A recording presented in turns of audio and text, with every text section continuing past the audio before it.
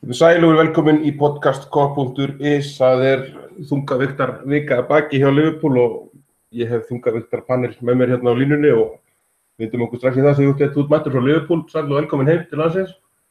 Takk að vera það, kærlega. Þú ert alveg helferskur eftir Jú, alveg bara svakalega ferskur. Þetta búið að vera öflug og öðruvísi vika. Það alltaf gott að vera komin heim og þetta hafi verið mjög skemmtilegt að mjög mörgu leyti, flestu leyti. Kristján Atli, þú ert mættur úr Hafnarfjörðurum helferskur, engin ferðalag í okkur að baki og við menn bara mjög sprækið til leiksins ekki. Jú, bara þakka kærlega fyrir að bjóða mér, gaman að fá að vera með. Já, þetta komið alltaf langur tími í pásu. En hérna með mig okkur á línunni við fáum nýjan mann núna í hverju viku og hérna það engin aukveðs hessunni, Magnús Már, herrafótbolti.net og hérna hvað við spila útgefanda? Já, ekki. Já, takk fyrir það, kærlega. Hvernig gengur í hérna þessu nýja bransa? Þú ert ekki verið að gefa út spil áður það? Nei, og mér skilst að ég sé að fara inn í einhverja geðveiki núna næstu, 12 dagana fram að jólum. Þetta sé núna fyrst sé þetta að byrja fjörið, þannig að ég hlakka til að sjá hvernig þetta virkar allt saman. Maður er að fara að dæla þessu út núna fram að aðfangadag. Kristján Atli, þú fer yfir það að Magga hvernig að koma svona útgáð, það gerur þú bókaútgáðan eitthvað? Jú, ég gerði þetta í fyrra, Maggi, ég hlakka til að sjá þig á öllum 5 stöðum Hagkaups á höfuðborgarsvæðinu yfir hátíðarnar. Ekki spurning, ég fer út allt, það er bara þannig. Þetta dagskrá búið bara undir að sofa vel og liggja á jóladag. Já, nákvæmlega. Herðu, ég býst við því að þú sért að fara að eyðileggja einhver partí hjá okkur á næstu vikum og mánuðum, það er okkur ljóst með þessu. Já, þið verið að grípa í spila, fullt af Liverpool-spurningum í spilinu og ég ætla bara að bjóða strax að byrja að plugga með beint í mark.is, eða notið kóðan KOPP, þá fá lesendur og hlustendur KOPP.is podcastins afslátt, 1500 kall á spilinu.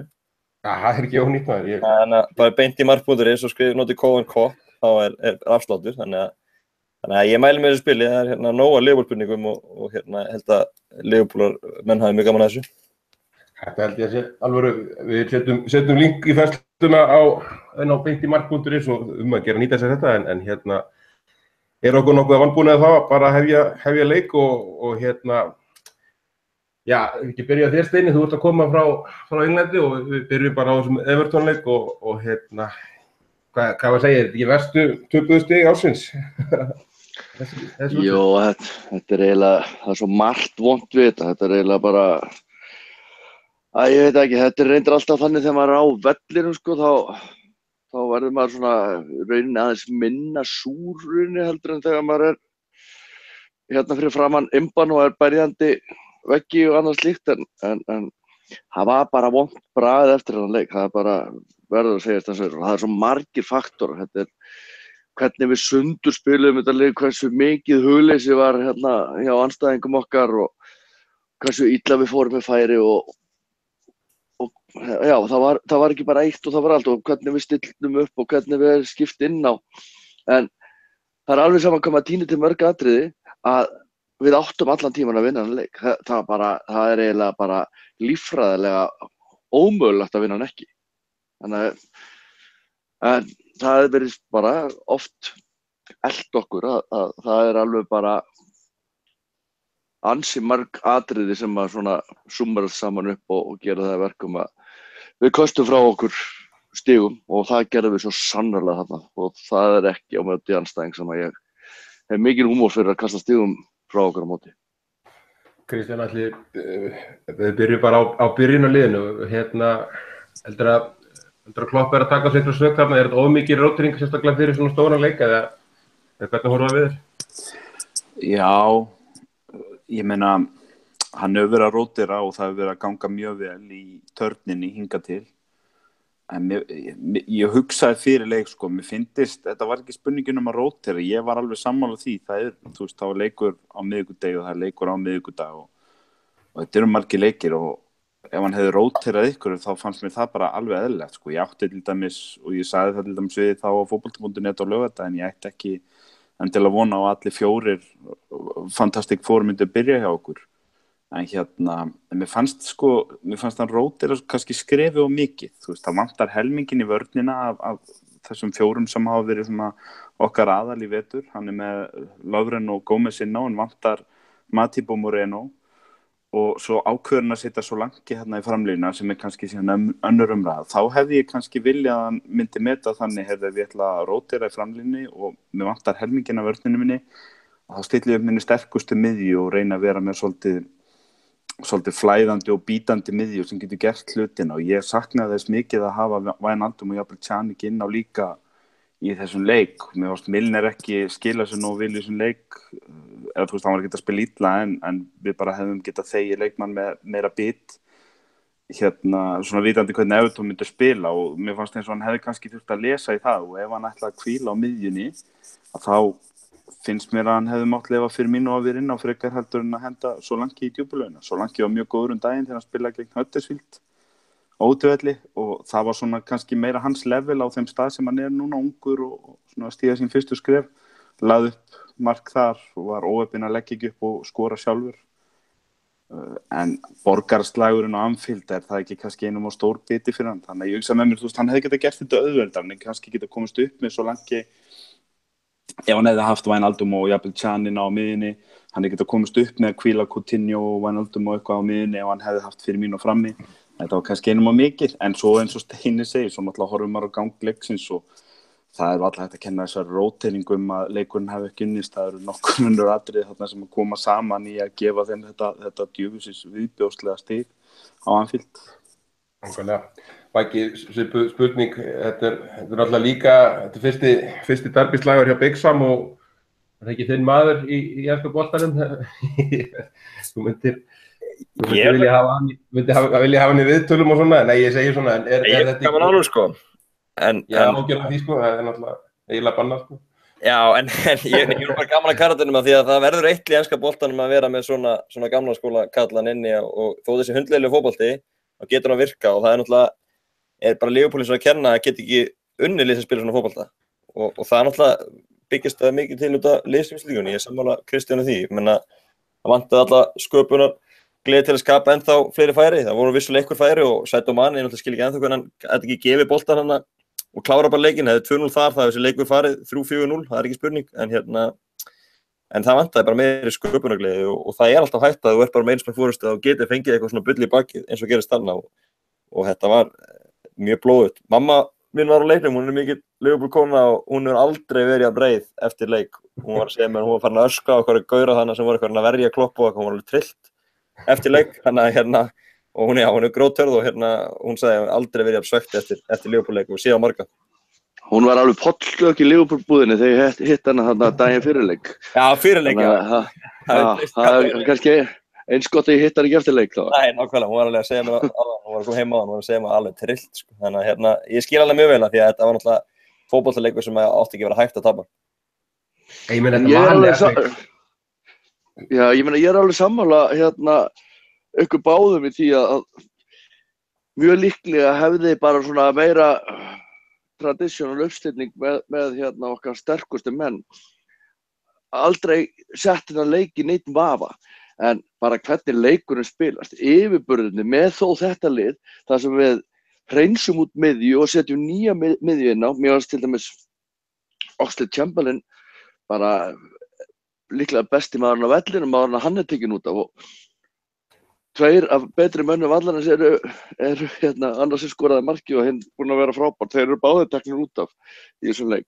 En það er það sem ég segja og nákvæmlega sem að Maggi sagði hérna ákvörðunin hjá Sadio Mane að klúðra þessu færi í staðinn fyrir að bara þykja bara marka. Það hefði líklega sett hennar leik í 3-4-5-0.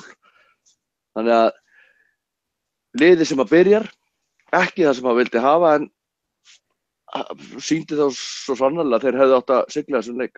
Já, ég veist líka skrítið við þetta allt saman að það er leikur, þú veist, það er ekki að sé stórleikur á morgun eða næstu helgi. Þú veist, þetta er leikurinn á sunnudaginn var stóri leikurinn í svona þessari tveggja törn sem er í gangi núna og þú veist, þá átti að vera besta liðið. Róteraði frekar í hinum leikjunum, reynda þú veist, stilla besta liðinu á móti Everton. Það er alltaf að vinna hann leik. Er þetta ekki svolítið sama pæling og hann tala fyrir Chelsea-leikin? Jú, og síðan er Coutinho ekki gleyma því að það er nú ekki eins og hann sé búinn að spila hvern leik. Hann hvíldi alveg leikinn fyrir Spartak-leikinn. Þannig að það ekki svo að séu bara lafmóðir og dauðþreyttir. En auðvitað er auðveldara fyrir okkur að röfla yfir þessu hérna upp á Íslandi en það er náttúrulega maðurinn sem horfir á það á æfingum og tekur meira púlsinn á þeim sem ætti nú að hafa vita á þessu en þetta er furðulegt.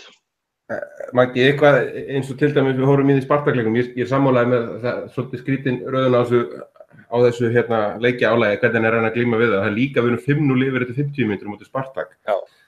Coutinho, Firmino og Mane, ég maður rétt að klára allir leikinn, sko. Nei, þetta Firmino hafi tekið út af, hvað var ekki, það voru 20 mínútur eftir. Sala, Mane og Coutinho. Já, en síðan er Firmino hins vegar bara hvíldur helgina, þú veist, hann spilaði ekki einu svona alla leikina móti Spartak og þetta er rétt með Coutinho líka, hann er hvíldur leikinu undan, þannig að þetta er ekki alveg kannski í takt, hver er þurfa á hvíld og hver er að fá hvíld, þannig að maður spyr sig hvort það hafi ykkur smá eymsli hjá brössunum, Firmino og Coutinho og þess vegna hafi verið á bekknum, það gæti verið. Já, náttúrulega, við vitum ekki alla söguna, kannski verður að horfa í það líka.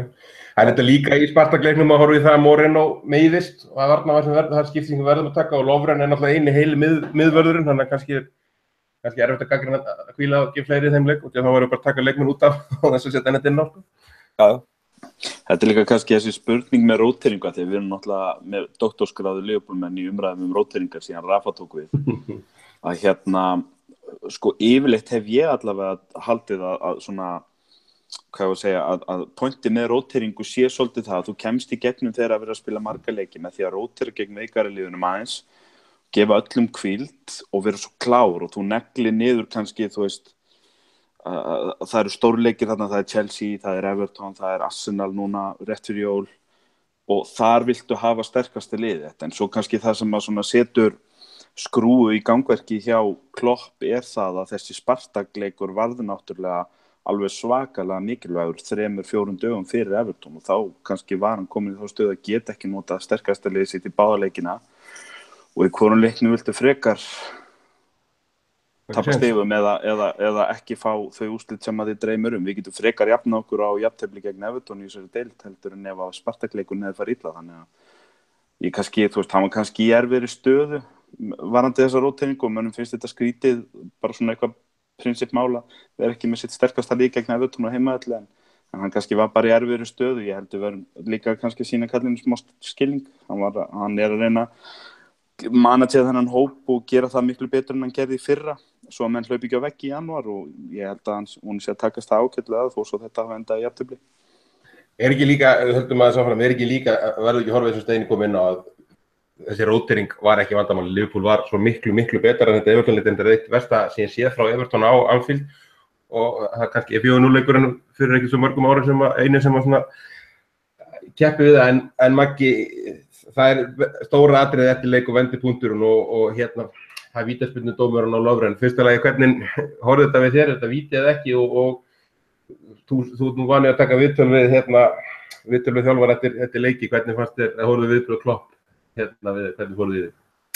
Ég hefði orðið brjálaður ef þetta verið hinum megin og Liverpool ekki fengið víti af því að hann fer bara aftan og gera það glöfulega. Þetta var svona ekki vilskið sem Dejan Lovren er í svona brasi, það var engin ástæða auðvitað hleyparinn fyrir hann í hlaupalínuna en hann var bara að vera reyndan þetta og ekki bjóða hann upp á þetta Calvert-Lewin var ekkert að fara að skora var ekki neinu færi, hann var bara leiðinni frá markinu rauninni, þannig að var algjör óþarf að reykast aftan í hann og hann ætti bara standa fyrir aftan og bíða og hann bauð bara í bóta víti, mjög ódýrt víti en ég hef verið brjálað hinum með hann og ég get alveg skýrað að hann hafi flautað staðsendingin af dómarinn er ekki góð, hann stóð miðlínu og sá þetta úr litla en ég myndi flauta á þetta en svo Sá að Gunnar Jarl var eitthvað að tala um þetta atvik á Twitter og náttúrulega kemur inn á sem rétt er að dómarinn var staðsettur út af því að sendingin hjá Rúni er náttúrulega hárbolti og löng, kannski geta að gera á þeirra sem mættur í svoleiðis tilviki Nei, nákvæmlega, en ég hefði bara flautað á þetta og svo með þetta viðtali þá skil ég bara Klopp ósköp vel þegar ég held að margi verið bara pirraður hann í þessari stöðu, þetta var leikur sem Liverpool átti alltaf að vinna og þetta er ógeðslega ódýrt víti og pirrað að fá á sig og þannig ég skil Klopp vel og mér fannst hann ekki fara yfir strikið, hann misti sann í 10 sekúndur og svo baðst hann afsökunar, þannig að mér finnst þetta alltaf leið. Þú sem dómari getum við ekki sett aðeins pressu að kröfu á dómara tríóið að sjá í gegnum svona brot. Mér finnst, ég er ekki alveg sammála Magga, mér finnst að stíga fyrir Lovren og henda sér. Mér fannst þetta fyrstu sín ansi mikil tilþrif í þessu falli hjá honum, en þetta er greinilega áallir, hvað finnst þér, dómarinn hjá honum? Mér finnst bara, þegar þetta er horft á þetta líka frá hinu sjónarhorninu, þá klárlega stígur hann inn í Lovren.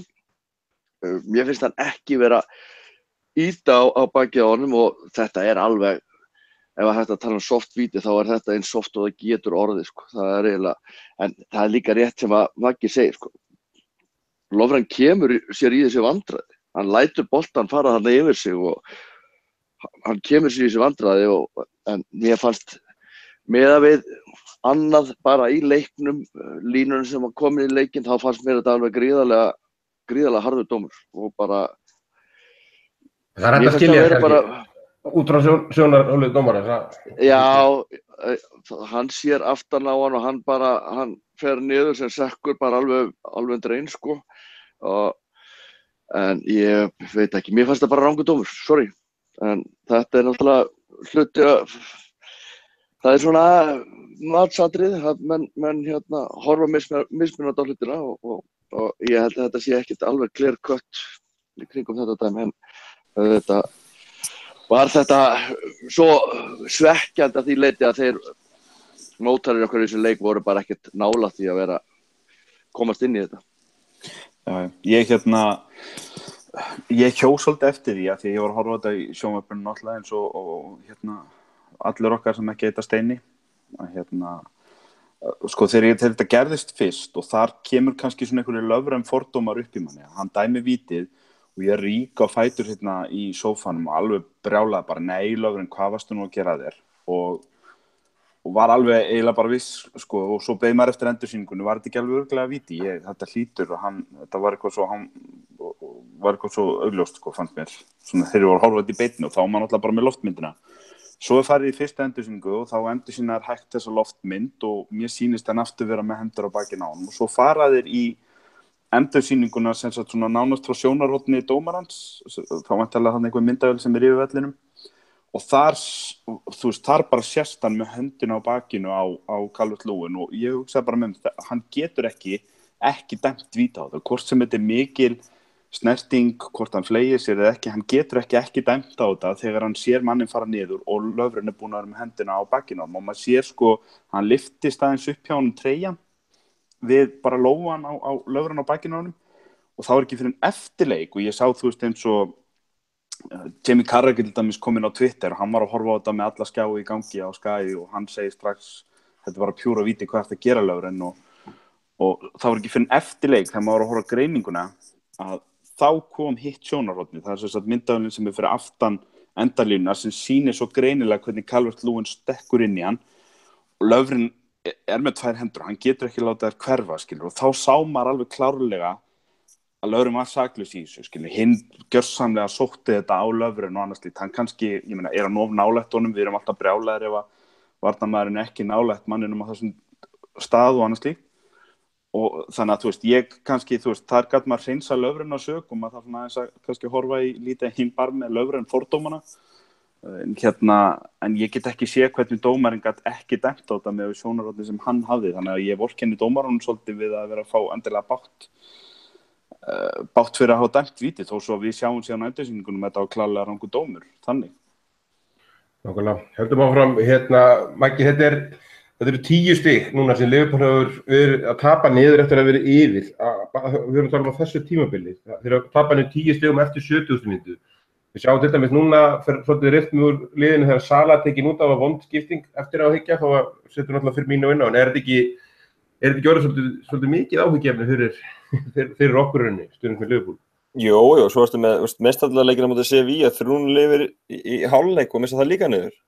Svo veist, þetta er rosalega mikið að leikjum og sjálfsögur þetta áhyggjefni. Það virðist vera, ég set á einbeitingarleysi, liðið er alveg nógu góðu standi. Þetta er bara einhvern veginn ná ekki að halda forskoti og loka leikjum. Af hverju það vantar að komast þessu leik að komast í 2-0, þú veist, þegar manni hefði rennt boltanum fyrir og það verði ekki spurning, það vantar aðeins meiri svona bara að vera rúðslegs og klára leikina og ekki vera fann að þó þess að dominera leikinn með bolta possession og annað, það þarf að klára leikinn að koma boltan í markið og það með þetta Liverpoolið, þú sást þessu Sevilla-leika, það ekki eins og að byrja að færa á þessu komið 3-0, það þarf bara vera að alla leikinn og loka þessum leikjum, þannig að það eitthvað sem ég þarf að læra. Er þetta eitthvað merki heldur að leikkerfi sé krefjandi og fyrir þetta lið og ráð ekki alveg við það, seinni hálfleikur og oft verið svolítið þessu? Má vera, nei, ég vil ekki minna það. Ég held að ég skrif þetta frekar á einbendingunum heldur en eitthvað annað. Varnarleikurinn hefur verið að klikka og mér finnst bara áttast að línan oft til vonbrigða, þannig ég setja frekar þar. Ég meina, eins og ég liti á þetta, auðvitað er þetta soft víti en þetta er lögurinn að kenna. Þetta er einhverjum öðrum að kenna og það er enn eitt dæmið að hann sé að klikka og þetta er bara allt og mörg augnabliki í vetur sem að einstaklingsmistök að kosta stig og það er mjög dýrt.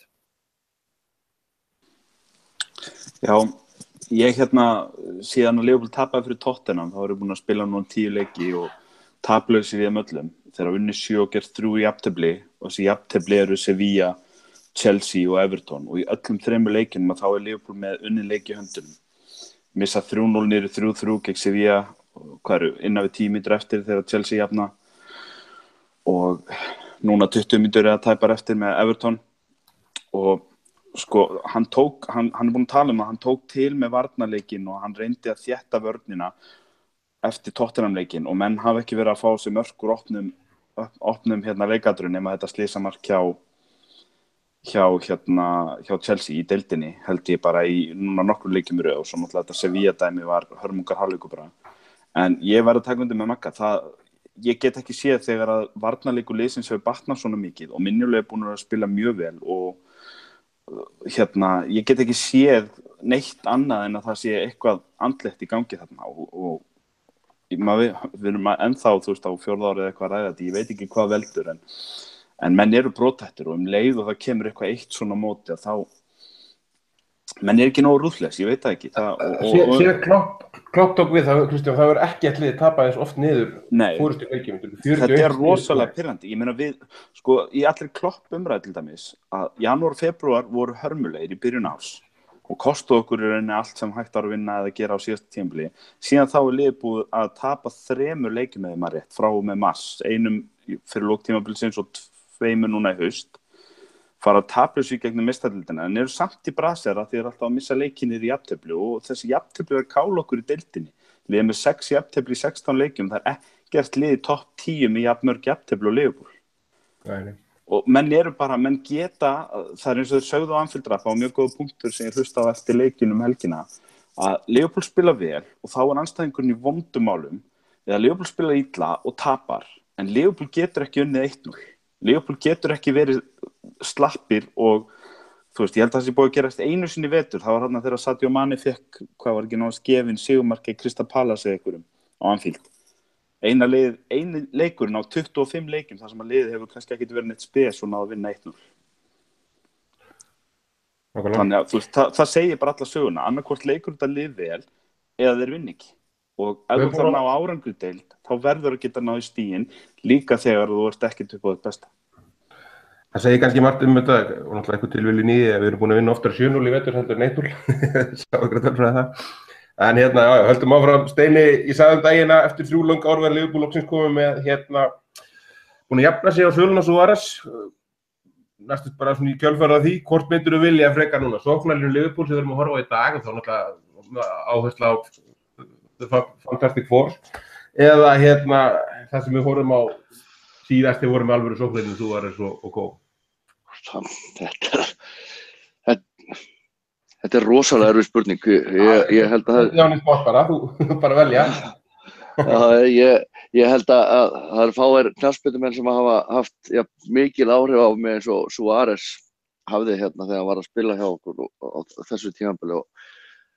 En ég held að ég myndi svona til að horfa á heildarmyndina þá er mun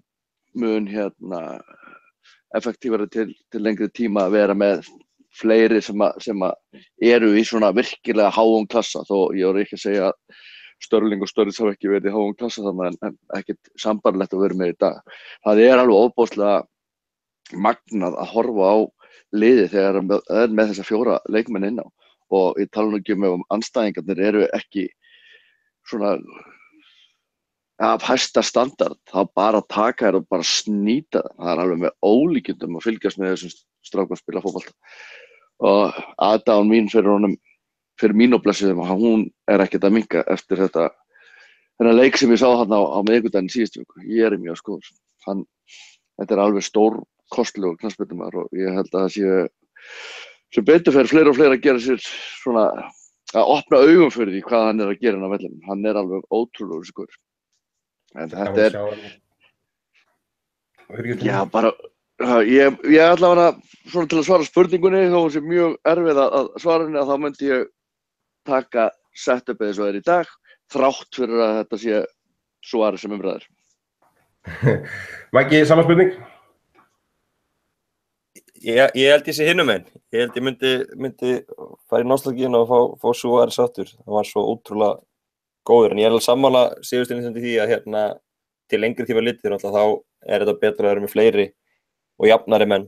Ef Suárez væri tekin út af þessari svonlínu 2013-14 þá væri hún ekki næstum merkileg, þannig en ef Suárez var í essunni sínu og hefðir hann og störði með honum og Coutinho, þá myndi hún held ég taka það í dag. En með samt naumyndum, þetta er mjög góð lína í dag líka og alls ekki hægt að kvarta. Kristján, það er kannski skemmtilegt að þetta sé bara að það er hægt að spyrja þessari spurningu. Við höfum alls ekki getað það í svolítinn tíma núna. Bara loksins getum við yfir höfuð velt þessu fyrir okkur. Ég skal skera úr þetta, ég ætla að vera að steina með inn í þessu. Sala er að skora meira heldur en Suárez og meiri hraða heldur en Suárez og annað slíkt og hvað sem okkur finnst Luis Suárez sem fótboltamann og jafnar það svolítið út þessa umræðum, kannski það að Suárez væri alltaf sá leikmaður sem við myndum vilja fyrst á blaða af þeim 6 sem við erum að bera saman þarna. Og fyrir vikið, þá held ég get alveg með góðri samvirku sagt, ég er alveg til í að hafa þessa 3 frekar heldur en þá 3 sem að færa okkur næstu því fyrir landið fyrir 3,5 ári. Já, ég verð sammála ykkur þar, ég held að líka bara töluvert lægri veðsynnistuðull á leikmannar leysist núna fyrir utan allt. Það er enginn af þeim í sábúabru, hinn 3 voru einhvern veginn allir í sábúabru. Við vonum að það haldist eitthvað áfram.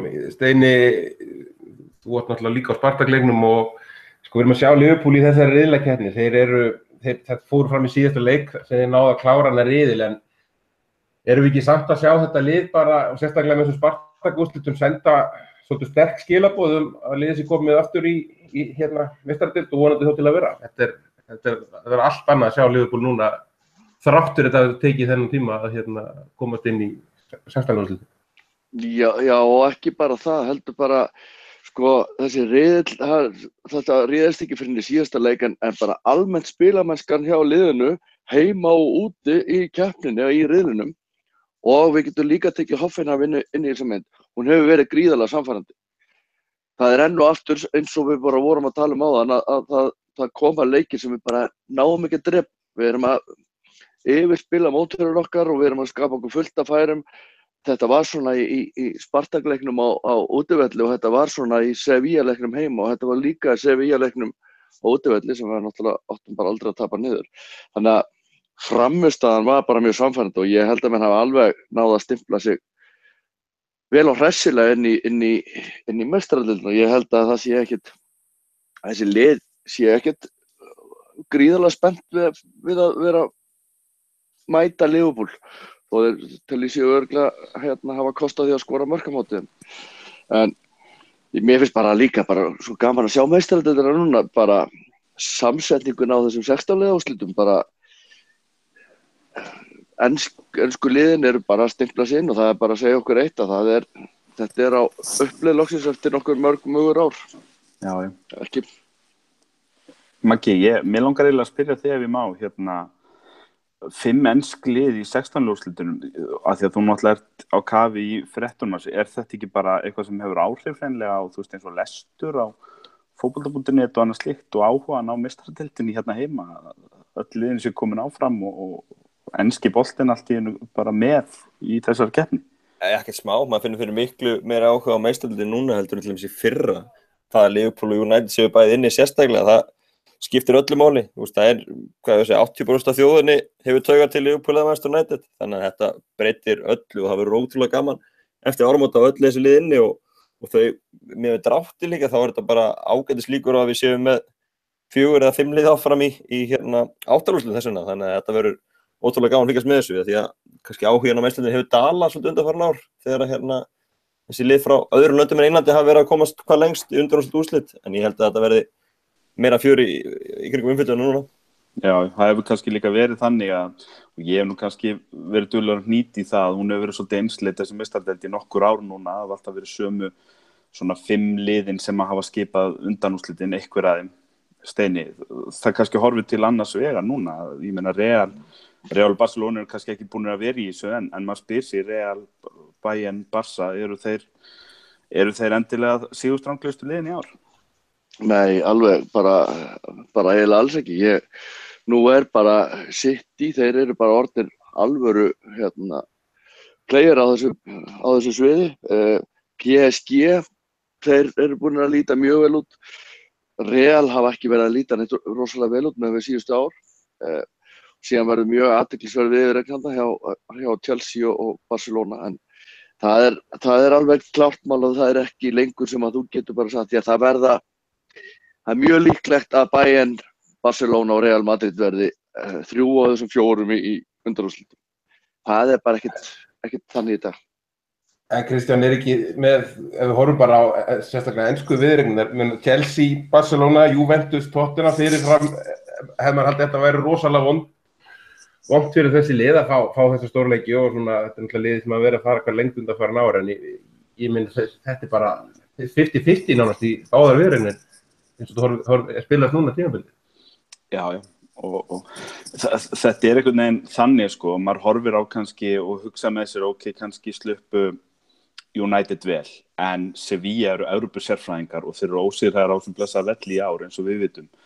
Liverpool slapp vel, en eru samt að fara að mæta þarna lið sem hefur mikla sögu og sluppu City vel, já, en þeir eru samt að fara að mæta lið sem vann United í þessum riðli og þú veist, og sluppu Bayern vel, já, en besikta svona riðlinn sinn, þannig að, þú veist, ég held við getum ekki að horta á þetta og sagt endilega meira þess að liðin sem eru kannski gegn einhverju minnisbámunum eða yfir höfuð hægt að segja það með Basel, Besiktas, Porto og Sevilla. Það var allir 16 úrslitum, það bara... Já, það engin öruggur áfram í þessu, það ekkit, þú veist, það engin að fara að halda nornabrennur ef að Sevilla og Basel fara áfram en ekki United og Liverpool. Þó svo að það verði náttúrulega svekkjandi fyrir þá sem lendi í því. Þetta bara óvenju spennandi dráttur í ár og ég, þú veist, enskuliðin kom inn í þetta en það náttúrulega líka undir enskuliðunum komið að fara þá lengra og jafnvel einhverjum að hinum spútningliðunum. Ég sjá einhverju eins og Besiktas eða Sevilla eða eitthvað fara lengra og breyta þess að það sé ekki alltaf sömu 4 í undanúrslitunum. Eitthvað, Kristján, ég muni þetta, það ekkert svona innvíi núna í þessu sinni sem að hefur verið, þetta orðið svona þreytt, Arsenal, Bayern og þetta alltaf, mann finnst einhvern veginn alltaf verið sömu leikinni, kannski verða næri 8 á fjárlega úrslitum, en þetta óvenju spennandi þessana. Hafa Real og Paris mæst? Jú, það ekki. Þú voruð saman í riðli eitthvað tíma, ég manna ekki, en annars þetta bara kannski, þú veist, náttúrulega Chelsea og Barcelona endur ég þarna einhver kynni frá því 2008 eða 2009 eða eitthvað.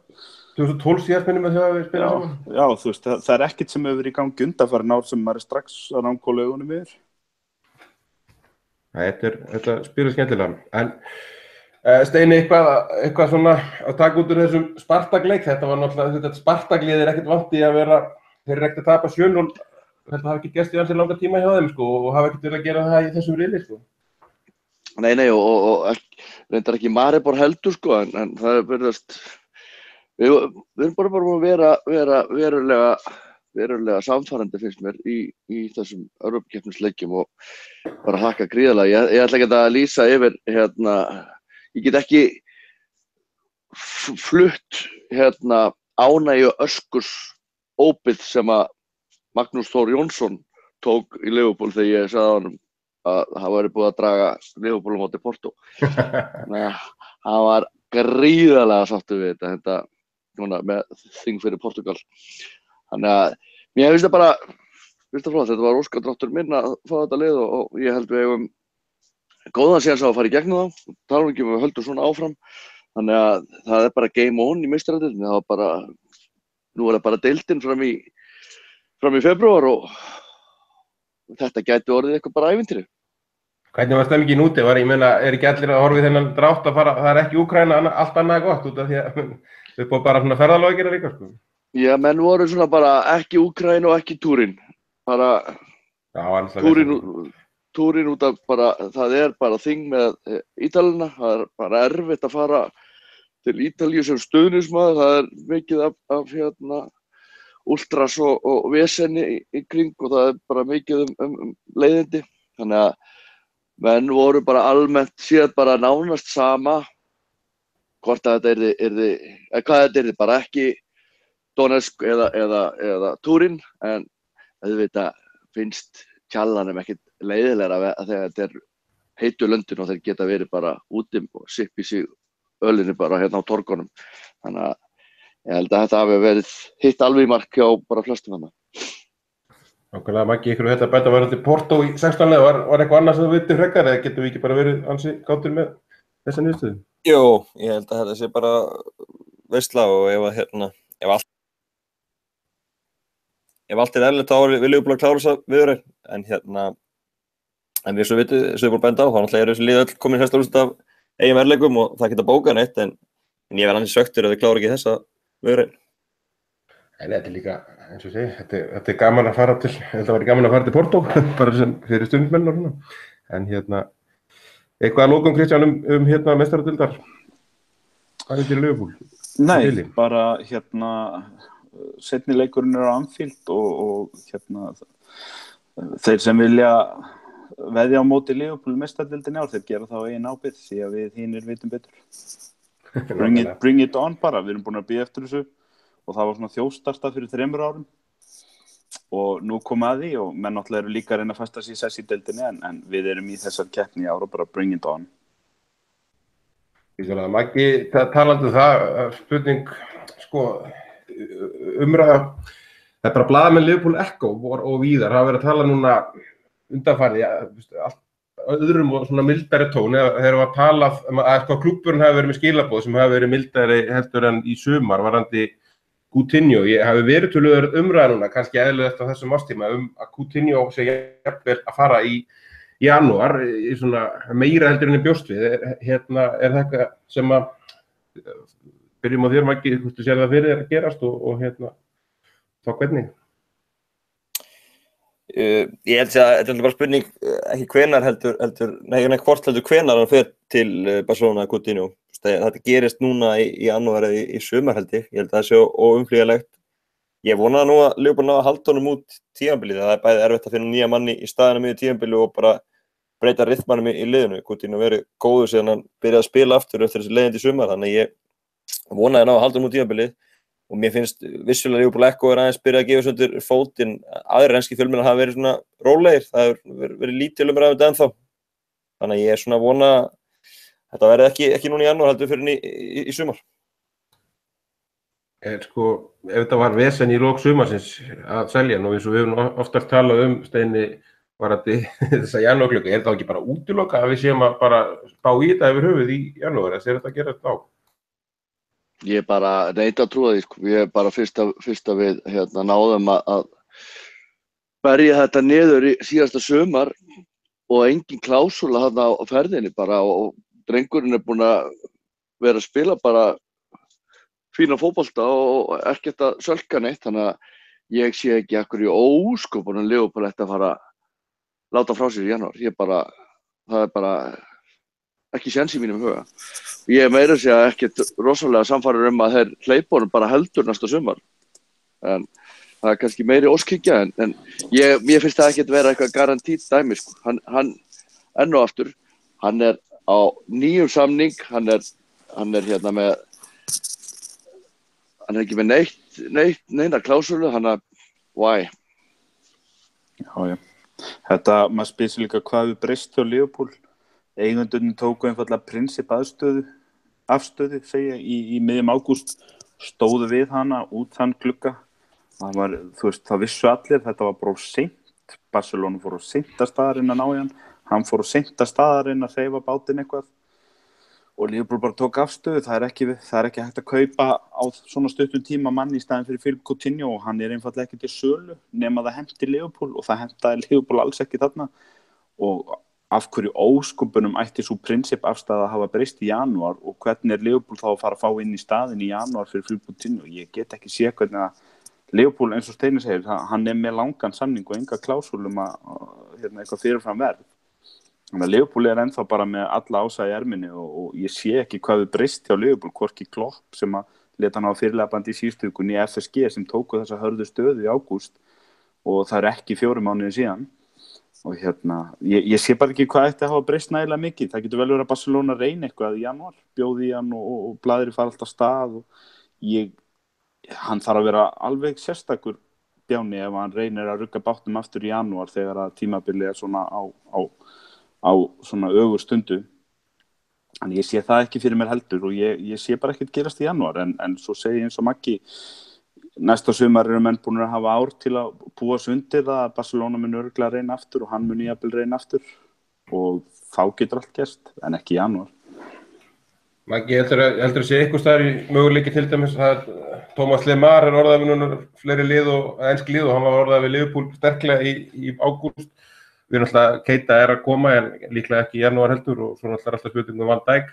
Heldur að þetta, eins og Thomas Lemar þá sérstaklega eða þá Pulisic og Dortmund, eitthvað svoleiðis leikmaður, það getur eitthvað séð það fyrir þér að þeir negli svoleiðis leikmann inn í janúar og hugsa sér svo að það sé möguleika að selja Coutinho í staðinn? Það væri bara heimskulegt eins og við erum að tala þá var klúbburinn það skýri sína afstöðu í sumar, það var mjög skrítið að það breytist síðan eitthvað á 4 mánuðum og komin í mitt tímabil og liði komið áfram í meistaradeild og það var allt inni þá að breyta afstöðu sinni, þannig að ég var erfitt með að sjá það, þó að kemi maður inn eins og þú segir, en það er bara tekur tíma þá fyrir hann að aðlagast og komast inn í leikst til liðsins og annað, þannig ég held að þetta sé langbest að bíða fram á sumar og gera þetta þá. En frá sjónarhorni hans sjálfs, hann hefur ekkert verið í meistaradeildinni á hverju tímabili og hann verður það ekki hjá Barcelona eftir áramót, þannig að Nei, var ekki búið að breyta eitthvað reglur samt, mátt setja einn mann inn, var það ekki úrleis? Nei, það var kannski bara í fórkeppninni líklega, en það voru með í fórkeppninni hann mátti spila hann var búin að spila í riðlakeppninni en það má ekki, en það er rétt. Er þetta ekki á milli Evrópukeppnanna? Já, jú, það getur verið, jú, milli Evrópudeildarinnar og Minnir það.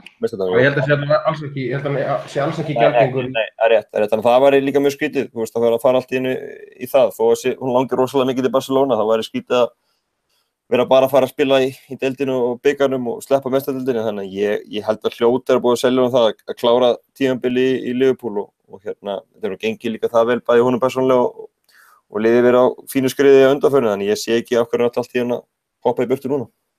Steini, er þetta að tala frá okkar sjónarhóli þegar við förum að réttlæta núna að líður á sumri að hann fara til Barca.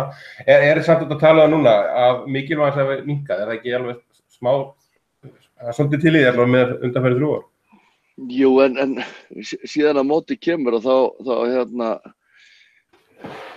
erum við ekkert lengur að tala Fabulous 4, þá erum við að tala Fabulous 3 og það sem að er að gera þetta verkum að það er að ganga mjög vel og það er hægt að rótera mönnum að við erum bara með nokkuð marga heimsklassa menn sem eru að skiptast á stöðum og þar þurfum við að vera, við þurfum frekar að bæta í þar heldur en hitt en náttúrulega ef að það kemur upp ykkur annar mjög góður kostur og þá var hann örugglega skoðaður en ég vil bara hann virði þennan samning sinn eitthvað áfram og bara menn haldi áfram hardball við hann. Ég sé ekki hvað ætti að vera eitthvað að bakka út með það og bara þetta bully dæmi hjá Barcelona sem er búið að vera lengi, það bara út af prinsipmálum, bara ekkert að vera beygja sig undan því. Það bara að gefa þeim bara löngutungina og þeir þurfa þá að borga einhverja svona stjarnfræðilegar upphæðir ef það á að eitthvað að fara að ræða við það aftur.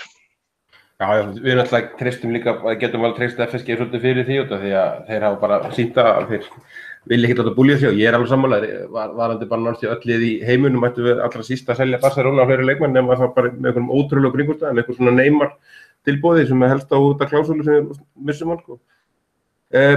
Þetta verður umræða alveg frá áramótum og líklega miklu lengur en það. Önnur umræða Kristján Atli sem geti kannski verið svipuð og þetta var rosalega mikið í kringum Spartak-leikinn. Það var svona svolítið einu sem var skilinn eftir í þeim leik. Fyrirliði liðsins var ekki í þeim leik og það var rosalega mikil umræða bara mikilvæg hans.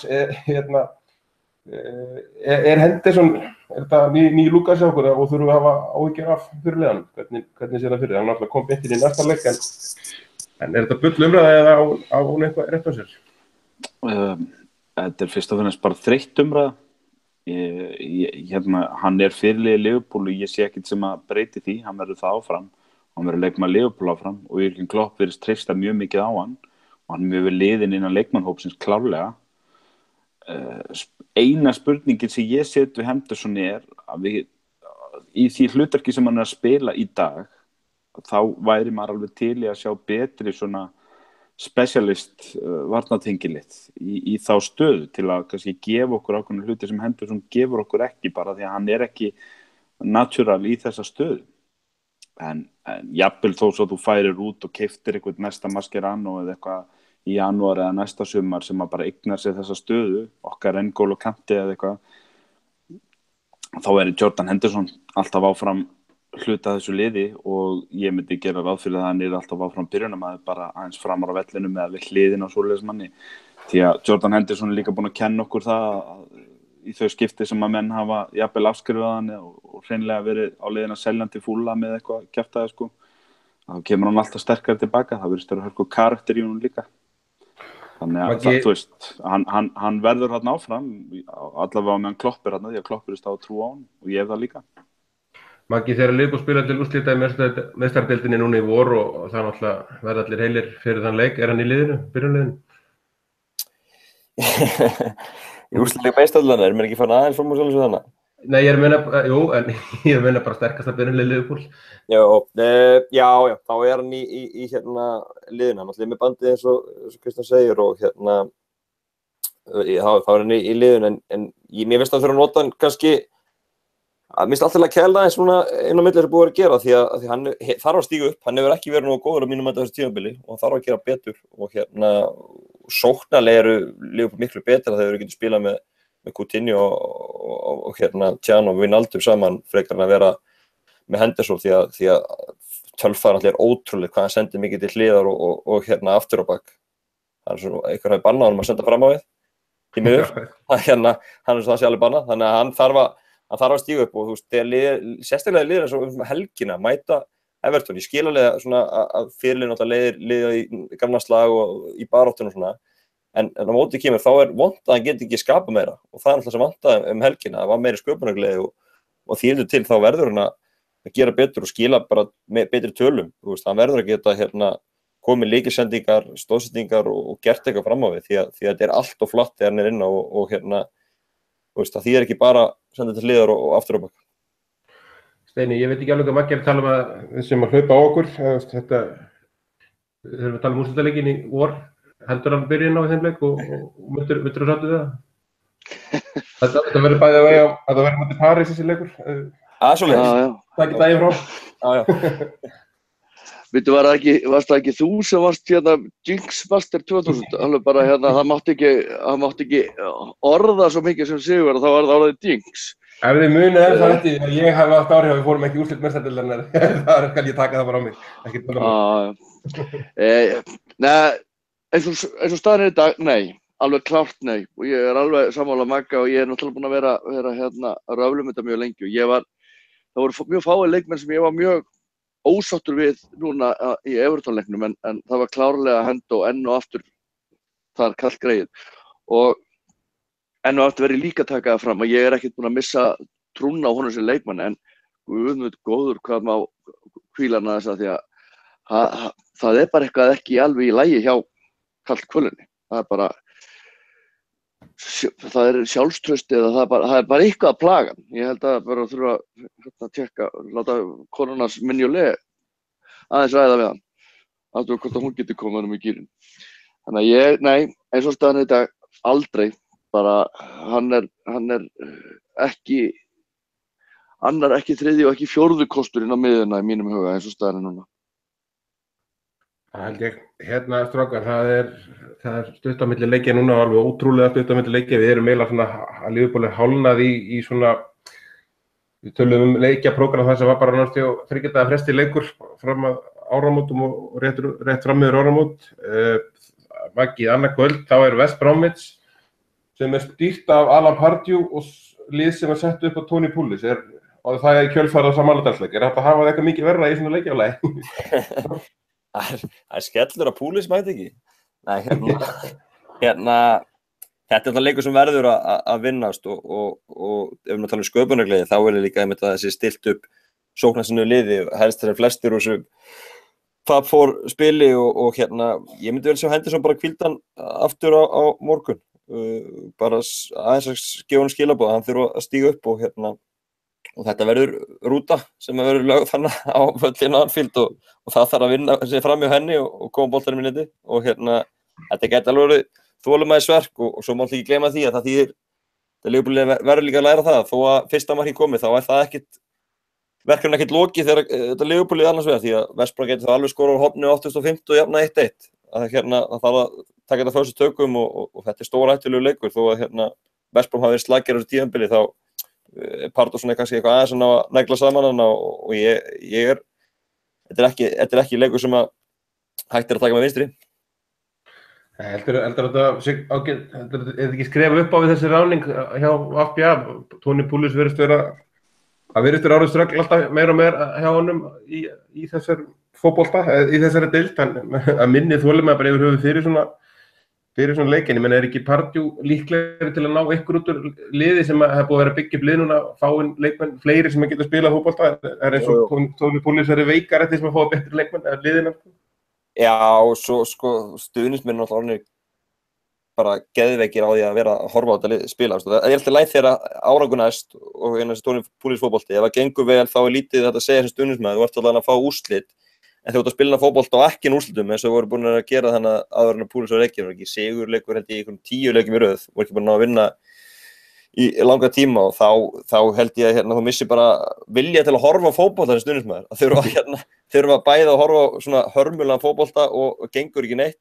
Þannig að þetta var eina vitið hjá West Brom að reka hann og reyna að fá svona eitthvað nýtt inn í þetta og Pardew, menn hann fór með Palace í bikarúrslit og gerði fínu hluti með Newcastle líka þegar hann kom þeim í Evrópubaráttu. Þannig ég held að hann geti alveg svona frískar haldið upp á þetta og kom bara með gleði aftur inn. Ég veist að leikmennir hafi líka verið bara hálf þunglindir á að vera þarna undir stjórn Pulis undir lokin.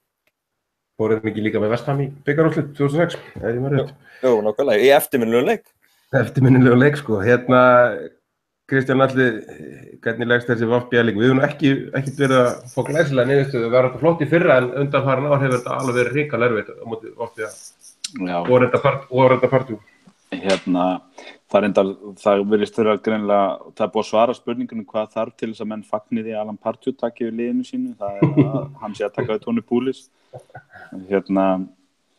Ég veit það ekki, þessi vika er bara alveg eins og vikan eftir Chelsea, menn voru brjálaðir eftir jafntefli gegn Chelsea og þá var verið að hnýta eitthvað í Klopp og eitthvað í leikmenn og annað og sagt að nú er eins gott að menn ná í 60 í næstu 2 leikjum og það tókst.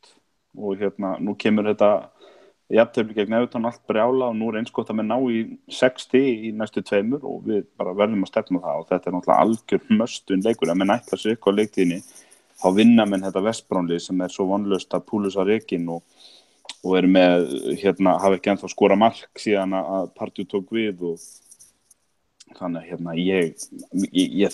nenni ekki einu svona pæla í West Brom, hvernig þeir þetta stilla upp eða annars slíkt, ég bara gera þá kröfu að menn vinni þennan leik og þeir eiga bara að vinna þennan leik og ég ætla bara að spá okkur sigri í þessum leik. Það er ekki að lókið, sko. Steini sammála þessu, eitthvað á að gera West Brom. Það er alveg Pardew við neinum. Var hann ekki í skóla með þeir?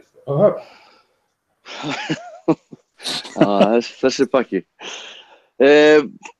Jú maður, ég er náttúrulega bara hef fulla trú á svona förum aftur á beina brautina, sko. Spilamennskan er búin að vera það góð undanfarið og góður rytm í liðinu að meira segja vörnin er búin að vera meira segja að halda meira á minni. Jú, það má má gagnrýna Lovren í þessu víti. Þar fyrir utan að þá erum við ekkert að gefa mörg færi á okkur, þannig að ég er bara að trúa að liðið komið tilbaka og hendi sér í 3 stig og ég get alveg trúa að þetta er bara samfærandi sigur núna. Eins og við tölum fyrir þættinum að það eru voðalega lítið ykkur 1-0 sigra, það er bara annarkvort klárum við þetta með stæl eða strögglum, þannig að ég ætla að segja að við klárum með stæl núna. Aðeins að ferðinni hjá okkur út núna, Steini, þetta var náttúrulega gott.is-ferð og Everton-leikurinn og þú náttúrulega ert búin að taka púlsinn núna í borginni svolítið undanfari, hvernig er bara stemmingin almennt kringum liðið og hvernig gekk í, það var töluvert vesinn að okkur það ekki var alltaf ferðalega, en ferðin sjálf hefur gengið vel eða ekki? Jú, bara frábær hópur að vanda og það verðist vera bara einverða lið sem að velst í þessar ferðir hjá okkur, þannig að ég bara verði enn og aftur að hrósa þeim. Þetta var, þeir voru aðeins að stríða okkur British Airways með flugin og sem var alltaf leiðilegt, en eitthvað sem við kannski kom inn á að Maggi að ferðast heim núna og sendi SMS að hann var ósammála öllu sem þið hefðu að segja í þessum þætti og er mjög úrýttur á Heathrow.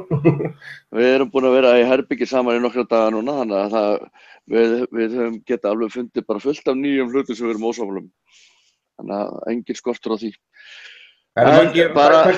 Maggi og Kristján, Steini sendi þér með SMS, þeir voru hótelherbyggi sem var beint á móti kirkjuklukku sem hringir klukkan 9 á morgnana, alveg látlaust á sunnudagsmorgnum og hvað gerðist Steini? Voru ekki brunabjallan líka í gang?